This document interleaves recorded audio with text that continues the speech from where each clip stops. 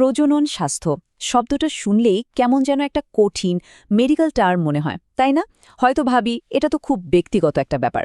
কিন্তু আসলে এই একটা বিষয় কিন্তু বিশ্বজুড়ে কোটি কোটি মানুষের জীবনকে প্রভাবিত করে আর একটা সুস্থ সমাজের ভিত গড়ে তোলে। তো আজকের এই আলোচনাতে আমরা ঠিক এটাই দেখব যে এই বিষয়টা ঠিক কতটা গুরুত্বপূর্ণ। চলুন তাহলে শুরু করা যাক। তো আজকে আমাদের আলোচনার পথটা ঠিক কেমন হবে? প্রথমে আমরা বোঝার চেষ্টা করব যে প্রজনন স্বাস্থ্য বলতে ঠিক কি বোঝায়। তারপর একটা বড় চ্যালেঞ্জের দিকে নজর দেব, ভারতের জনসংখ্যা। এরপরেই আমরা চলে যাব এর সমাধান, মানে গর্ভনিরোধের বিভিন্ন উপায় নিয়ে কথা বলতে। আর হ্যাঁ, একটা টেকনোলজির নৈতিক সংকট নিয়েও আলোচনা হবে। সবশেষে আমরা দেখব একটা আদর্শ গর্ভনিরোধকের মধ্যে কি কি গুণ থাকা উচিত। আচ্ছা, তাহলে একদম শুরু থেকেই শুরু করা যাক। এই যে আমরা বলছি প্রজনন স্বাস্থ্য, এর আসল মানেটা কি? এটা কি শুধু সন্তান জন্ম দেওয়ার ক্ষমতা? না, একদমই না। এর অর্থ কিন্তু তার থেকেও অনেক বেশি ব্যাপক। চলুন এর গভীরতাটা একটু জেনে নেওয়া যাক। দেখুন, বিশ্ব স্বাস্থ্য সংস্থা মানে WHO এর একটা খুব সুন্দর সংজ্ঞা আছে। তারা বলছে প্রজনন স্বাস্থ্য মানে শুধু আপনার কোনো রোগ বা অসুস্থতা নেই তা কিন্তু নয়। এর আসল মানে হল প্রজনন ব্যবস্থার সাথে জড়িত সব ব্যাপারে, সেটা শারীরিক হোক, মানসিক, আচরণগত বা সামাজিক, সব দিক থেকে সম্পূর্ণ সুস্থ থাকা।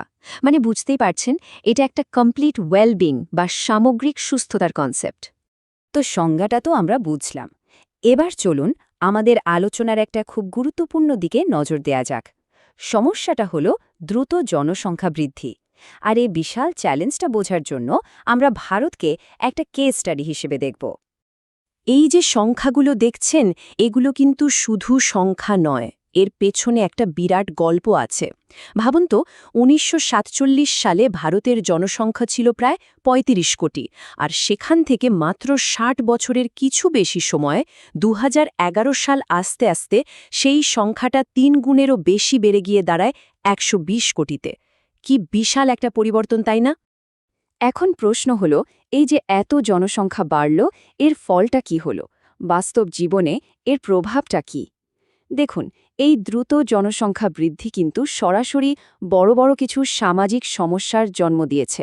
যেমন ধরুন, ব্যাপক দারিদ্র্য, চাকরির অভাব বা বেকারত্ব, আর আমাদের সীমিত প্রাকৃতিক সম্পদের উপর প্রচণ্ড চাপ। তবে মজার ব্যাপার হলো, এই চ্যালেঞ্জটা মোকাবেলা করার জন্য ভারত কিন্তু বেশ আগে থেকেই সক্রিয় ছিল। সত্যি বলতে, ভারত ছিল অন্যতম পথিকৃৎ। সে ১৯৫১ সালেই কিন্তু জনসংখ্যা নিয়ন্ত্রণের জন্য সরকারিভাবে পরিবার পরিকল্পনা বা ফ্যামিলি প্ল্যানিং প্রোগ্রাম চালু করেছিল, যা বিশ্বে প্রথম সারির উদ্যোগগুলোর মধ্যে একটা ছিল। কিন্তু এখানে একটা সূক্ষ্ম ব্যাপার আছে, যেটা বুঝতে হবে। মোট জনসংখ্যা দেখতে বিশাল হলেও বৃদ্ধির যে হারটা, সেটা কিন্তু ধীরে ধীরে কমে আসছিল। যেমন ২০১১ সালের মধ্যে এই হারটা ২%-এরও নিচে নেমে আসে। এটাকে যদি আমরা আরও সহজ করে বলি, তার মানে হলো প্রতি বছর প্রতি ১,০০০ মানুষে ২০ জনেরও কম নতুন মানুষ যোগ হচ্ছিল। সুতরাং গতিটা কিন্তু কমছিল। আচ্ছা, সমস্যা আর তার প্রেক্ষাপট তো বোঝা গেল। এবার চলুন সমাধানের দিকে যাওয়া যাক। জনসংখ্যা বৃদ্ধি নিয়ন্ত্রণের জন্য কি কি কৌশল আর প্রযুক্তি ব্যবহার করা হয়েছে? এর একেবারে কেন্দ্রে রয়েছে গর্ভনিরোধক পদ্ধতিগুলো। চলুন সেগুলো নিয়ে একটু বিস্তারিত জানা যাক। গর্ভনিরোধক পদ্ধতিগুলোকে মূলত কয়েকটা বড় ভাগে ভাগ করা যায়। যেমন এখানে দেখুন, প্রথমে আছে প্রাকৃতিক পদ্ধতি, যেখানে উর্বর সময় শারীরিক মিলন এড়িয়ে চলা হয়। এরপর আছে ব্যারিয়ার বা প্রতিবন্ধক পদ্ধতি, যেমন কন্ডোম, যা শুক্রাণু আর ডিম্বাণুকে মিলতেই দেয় না। তারপর আসছে আইইউডি বা ইন্ট্রাইউটেরাইন ডিভাইস, যা জরায়ুর ভেতরে বসানো হয়। আর সবশেষে আছে হরমোনাল পদ্ধতি, যেমন পেল, যা শরীরের হরমোন লেভেল পরিবর্তন করে কাজ করে। প্রত্যেকটার কাজের ধরন কিন্তু আলাদা। এই পদ্ধতিগুলোর মধ্যে ভারতে কিন্তু আইইউডি বেশ জনপ্রিয়। এগুলো আবার মূলত দুই ধরনের হয়। এক ধরনের আইইউডি থেকে কপার বেরোয়, যা শুক্রাণুর চলার গতি আর নিষিক্ত করার ক্ষমতা দুটোই কমিয়ে দেয়। আর এক ধরনের আইইউডি থেকে হরমোন বেরোয়, যা জরায়ুর ভেতরের পরিবেশটাই এমন করে দেয় যেন গর্ভধারণ সম্ভব না হয়। মানে কৌশল দুটো আলাদা, কিন্তু দুজনেরই লক্ষ্য কিন্তু একটাই। আর এই ক্ষেত্রে যে ক্রমাগত গবেষণা চলছে, তার একটা দারুণ উদাহরণ হল সোহেলি। এটা ভারতের সেন্ট্রাল ড্রাগ রিসার্চ ইনস্টিটিউট বা CDRI তৈরি করেছিল। এটা একটা বিশাল বড় আবিষ্কার ছিল, কারণ সোহেলি হলো একটা নন স্টেরয়েডাল পিল। এর মানে কি? এর মানে হলো এটা হরমোনের ওপর কাজ করে না, আর তার ফলে এর সাইড এফেক্ট বা পার্শ্ব প্রতিক্রিয়াও অনেক কম। এটা সত্যি একটা গেম চেঞ্জার ছিল।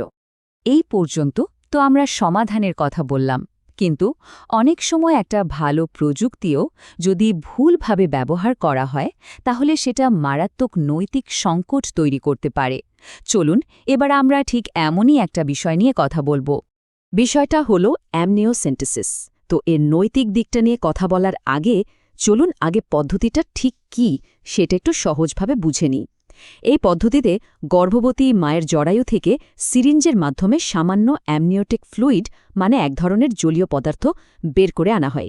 এই ফ্লুইডের মধ্যে কিন্তু গর্ভের শিশুর কিছু কোষ থাকে, আর সেই কোষগুলো পরীক্ষা করে শিশুর জেনেটিক তথ্য মানে ক্রোমোজোম সম্পর্কে জানা যায়।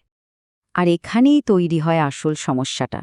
দেখুন, এই পরীক্ষাটার আসল উদ্দেশ্য কিন্তু খুবই মহৎ। এর মাধ্যমে ডাউন সিনড্রোম বা হিমোফিলিয়ার মতো গুরুতর জেনেটিক রোগ আগে থেকেই শনাক্ত করা যায়। কিন্তু এর অপব্যবহার শুরু হলো অন্য জায়গায়। এই পরীক্ষা দিয়ে তো শিশুর লিঙ্গও জানা যায়, আর সেই সুযোগ কাজে লাগিয়ে অবৈধভাবে লিঙ্গ নির্ধারণ করা হতে লাগল, যার ফল হলো কন্যা ভ্রূণহত্যা। এই ভয়াবহ অপব্যবহারের কারণেই কিন্তু এই পরীক্ষার ওপর ভারতে আইন করে নিষেধাজ্ঞা জারি করা হয়েছে। তো আমরা অনেক কিছুই আলোচনা করলাম। এবার চলুন আলোচনার একেবারে শেষের দিকে চলে যাই। এখন আমরা দেখব একটা আদর্শ গর্ভনিরোধক বলতে ঠিক কী বোঝায়, মানে বিজ্ঞান আর জনস্বাস্থ্য বিশেষজ্ঞরা ঠিক কী বানানোর চেষ্টা করছেন। একটা আদর্শ গর্ভনিরোধকের মধ্যে কি কি গুণ থাকা দরকার? প্রথমত, এটা অবশ্যই খুব কার্যকর হতে হবে, আর এটা যেন রিভার্সিবল হয়, মানে যখন কেউ চাইবে তখন যেন আবার গর্ভধারণ করতে পারে। দ্বিতীয়ত, এটা ব্যবহার করা খুব সহজ হতে হবে। তৃতীয়ত, এটা যেন সহজলভ্য হয়, মানে সবার নাগালের মধ্যে থাকে। আর সবচেয়ে জরুরি দুটো বিষয় হলো এর যেন কোনো বা খুব সামান্য পার্শ্ব প্রতিক্রিয়া থাকে, এবং এটি যেন মানুষের স্বাভাবিক যৌন ইচ্ছায় কোনো বাধা সৃষ্টি না করে। তো আমরা আমাদের আলোচনার একেবারে শেষে চলে এসেছি, আর শেষ করার আগে একটা প্রশ্ন রেখে যেতে চাই। বিজ্ঞান আর প্রযুক্তি তো প্রত্যেক দিন এগোচ্ছে, তাহলে একটু ভাবুন তো, এই যে গর্ভনিরোধের বিষয়টা, এর ভবিষ্যৎটা ঠিক কেমন হতে চলেছে? ভবিষ্যতে আমাদের জন্য আরও কি কি নতুন সম্ভাবনা অপেক্ষা করছে?